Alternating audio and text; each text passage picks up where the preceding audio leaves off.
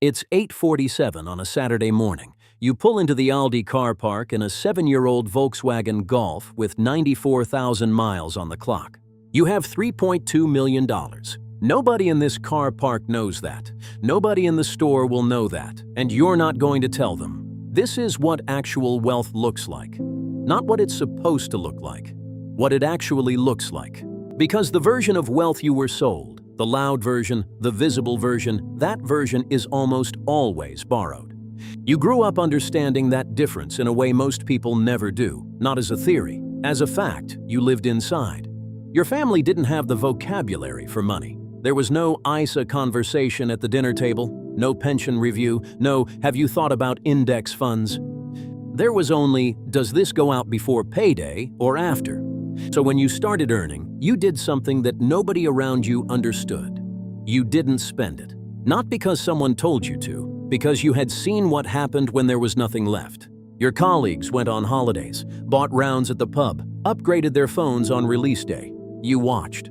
You weren't judging them, you just couldn't stop doing the arithmetic. $7,200 a year. In 10 years, invested at a modest return, that's not $72,000. That's closer to $95,000. That's the thing about compound interest that nobody from where you came from ever explained. It doesn't add, it multiplies. And the system, the actual financial system, it runs on the fact that most people never figure that out. Banks profit from your impatience. Retailers profit from your insecurity. Credit card companies profit from the gap between what you earn and what you feel you deserve. The entire consumer economy is engineered to convert your future into their present.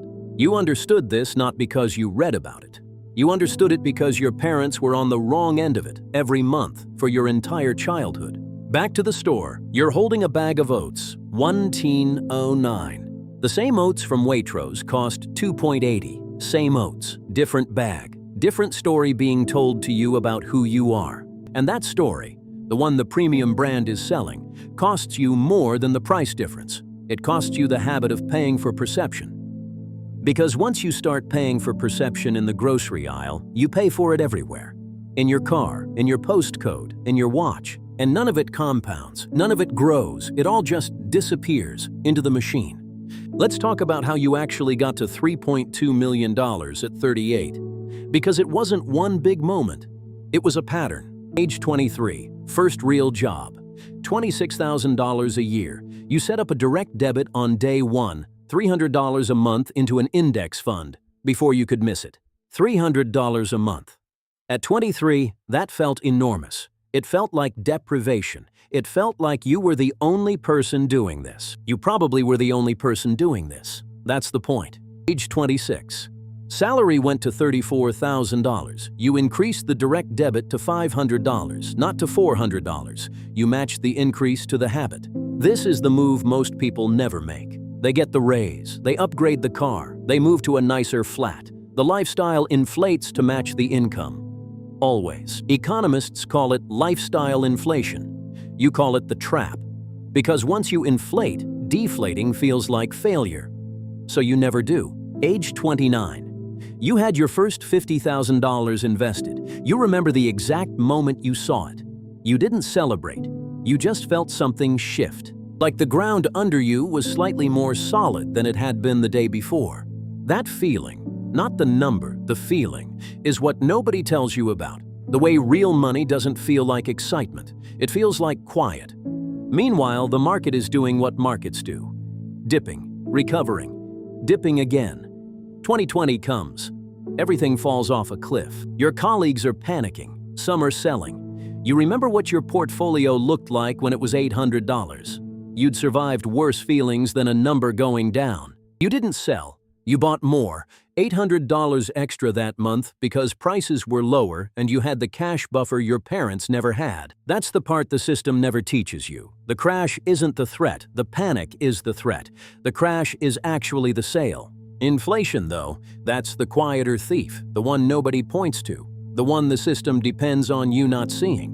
When inflation runs at 7%, your savings account paying 1.5% isn't growing, it's shrinking. In real terms, that money is losing 5.5% of its purchasing power every year. The bank smiles, the government shrugs, and the person with $20,000 in a current account quietly gets poorer while believing they're being responsible. You figured this out at 24 because someone at work mentioned it offhand and you couldn't stop pulling the thread.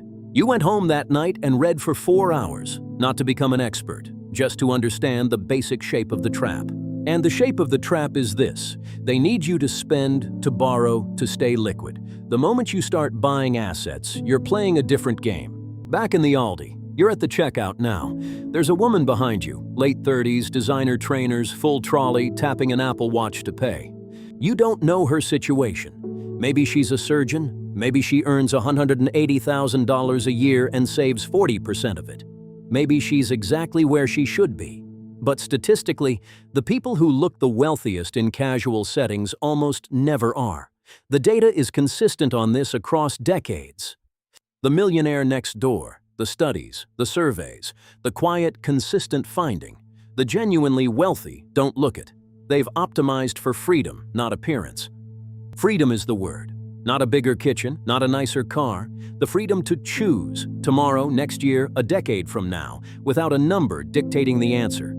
Let's talk about what $3.2 million actually feels like at 38. Because you've now had a few years to live inside this number, and the feeling is not what you expected. It doesn't feel like power. It feels like subtraction. The subtraction of a specific kind of fear. The fear of the bill arriving, the fear of the car breaking down, the fear of the call from your boss. None of those things have disappeared, but the fear that used to sit under all of them, that has gone. When your boiler breaks, you call someone. You don't look at the account first. You call someone. That sounds small. It isn't small. If you grew up watching your parents dread that call, you know exactly how large it is. Your rent or mortgage now. You chose a house that cost less than you could qualify for, deliberately, specifically. The mortgage advisor kept asking if you wanted to see something bigger, something in a better postcode. You kept saying no. Because a bigger house isn't an investment. A bigger house is a bigger mortgage, a bigger heating bill, bigger council tax, and more room to fill with things you didn't need. The house industry, estate agents, developers, the whole ecosystem makes money when you buy bigger. The incentives are not aligned with yours. They never were. Let's talk about the social cost, because there is one. And nobody warns you. Someone asks where you're going on holiday this year. You say a cottage in the lakes. They say, "Oh, lovely," with a note in their voice that means they're going to Bali. Bali, $4,000 for 2 people, flights and hotel, on a credit card, Instagrammed every morning, back on Monday. By Friday, it's already borrowed against the next 4 months. Your cottage cost $680 for a week. You walked in the fells every morning. You cooked. You read. You came back more rested than you'd been in years. But here's the thing you never say out loud. You could go to Bali. You could go every year. You just don't want to. Not because you can't, because you've stopped performing wealth for an audience that isn't watching. The psychology underneath all of this has a name: conspicuous consumption. Thorstein Veblen named it in 1899. The spending done not for use, but for visibility. The economy found out that visibility was profitable, so it scaled it. Instagram is just Veblen's theory at 2 billion users. Every like you give to a luxury post is a data point that tells the algorithm, show this person more things to want. Make the gap between where they are and where they should be feel wider. Wider gaps sell more products. That is the business model, not entertainment, not connection, the monetization of inadequacy. You left most of it. Not as a statement. You just got bored of feeling behind in a race you'd never agreed to enter. Now let's look at the number properly. Because $3.2 million sounds enormous, and at the same time, it's much more ordinary than you'd expect. At a 4% withdrawal rate, the figure most cautious financial planners use for a sustainable drawdown, $3.2 million generates roughly $128,000 a year, before tax. After tax, depending on how you structure it, and structuring it matters, closer to $80,000 to $90,000 a year in the UK, without touching the principal. $85,000 a year without working. That's what the number means in practice. Not a yacht, not a private jet. Just, you never have to sell your time again. You never have to sell your time again. Sit with that for a moment. You still work. Some of the time, projects that interest you. Things you'd do even if the pay was half. But the negotiation is entirely different when you don't need the money. When you can walk away from any deal, you get better deals. When you can say no to any job, you get offered better ones. The whole game changes when you don't need to play. Your former colleagues, the ones who flexed hardest at 25, most of them are still on the same hamster wheel. Nicer wheel now, better suit, same wheel. The wheel has a name. It's called the income consumption cycle. You earn more, you spend more. You need more. You earn more to fund the spending. Repeat until retirement, if retirement ever comes. Retirement. The great deferred life. Work for 40 years, then live. Except your health is different at 65. Your energy is different. Your parents are gone. Your kids are grown. You wanted the life at 38, not at 68. And you were willing to pay for it in a way that looked like sacrifice from the outside and felt like strategy from the inside. Back to the car park. You're loading the Aldi bags into the boot. Eggs, oats, store-brand pasta, Greek yogurt, the same things you'd buy at twice the price somewhere else. The difference between the Aldi shop and the Waitrose shop across a year is roughly $2,000. You invest that $2,000. Invested over 10 years at a modest average return, that grocery choice alone becomes over $31,000. Not because oats are magic, because of what happens to money that isn't spent. This is the part nobody understands from the outside. It's not that you're cheap, it's that you're building something they can't see. And one day it becomes visible. Not to them, just to you. A number on a screen that quietly crossed a threshold that changes what your life is allowed to be. You didn't post it. You didn't tell your family. You didn't go out for dinner to market. You made a cup of tea and watched something on television. Tell no one. This is not a social media rule. It's a deeper instinct from somewhere earlier, from watching what happened when people in your neighborhood had a bit more and let it show. The loans they got asked for. The distance people started keeping. The resentment that appeared without anyone naming it. You absorbed all of that. Young. So the silence isn't a strategy. It became a strategy. But it started as something else. It started as survival intelligence from a place where difference cost you. People who grew up with money treat wealth differently. For them, it's a background. Expected, normal. For you, it was a destination. Something you had to navigate toward without a map. Without a map means you made mistakes. You didn't max your pension from day one. You held cash too long. You waited too long to invest because it felt abstract and risky, and like something other people did. Nobody tells first-generation earners the actual rules. The tax wrappers, the employer match, the difference between a stocks and shares ISA and a savings account. You have to find it yourself, and most people don't. The system doesn't fail to educate you by accident. A financially literate population is a less profitable population. Fewer credit cards, fewer loans, fewer impulse purchases, fewer customers. This is not conspiracy. This is incentive structure.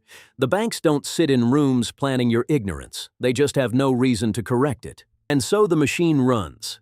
Inflation takes from savers. Debt takes from borrowers. Visible wealth culture keeps everyone spending, and the quiet ones, the ones who figured out the shape of the game, they just keep buying assets, slowly, invisibly. You're back in the car now. The bags are in the boot. You've got the whole Saturday ahead. No meetings, no alarm tomorrow. The day is yours in a way that it never used to be. You'll go home, make breakfast, read for an hour, maybe go for a walk. Call your mother. Call your mother, who still doesn't know exactly how much you have, who you haven't told not because you're hiding it, but because the number isn't the thing you want to talk to her about. What you want to talk to her about is whether she needs anything, whether the heating is working, whether she'd like to come and stay for a bit. These are the things the number makes easier without anyone needing to know the number. That's the version of wealth that doesn't get made into content. The version that fixes the specific, quiet things that broke when you were growing up. Not loudly, just fixed. The Aldi bags are in the kitchen now. The oats are in the cupboard. The eggs are in the fridge. Everything is exactly where it should be. Nothing is performing for anyone. If this way of thinking about money is something you want to keep thinking about, quietly without hype, there's more here. Take your time with it. There's no rush. That's the whole point.